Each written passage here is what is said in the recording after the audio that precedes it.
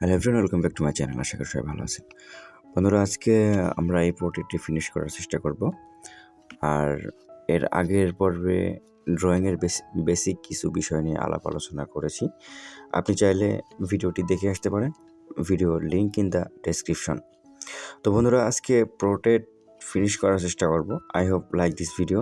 বন্ধুরা, বলে রাখি, একটি ছবিকে রিয়েলিস্টিক রূপ দিতে হলে শেডিং মানে আলো আর ছায়ার যে ব্যাপারটা, সেটা আমাদের ভালো করে বুঝতে হবে। আর এর জন্য প্রয়োজন শুধু অবজারভেশন। কথায় বলে, যে ডিটেইলে দেখে সে শিল্পী নয়, শিল্পী তো সে যে ডিটেইলের থেকেও ডিটেইলকে আরও সহজ করে দেখে।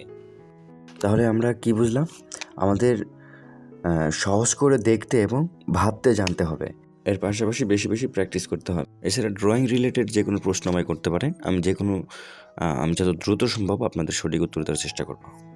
বন্ধুরা, ভিডিওটি ভালো লেগে থাকলে একটা লাইক করে দেবেন। আর বাংলা ড্রয়িং টিপস এবং অ্যাডভাইস পেতে চ্যানেলটা অবশ্যই সাবস্ক্রাইব করে রাখবেন।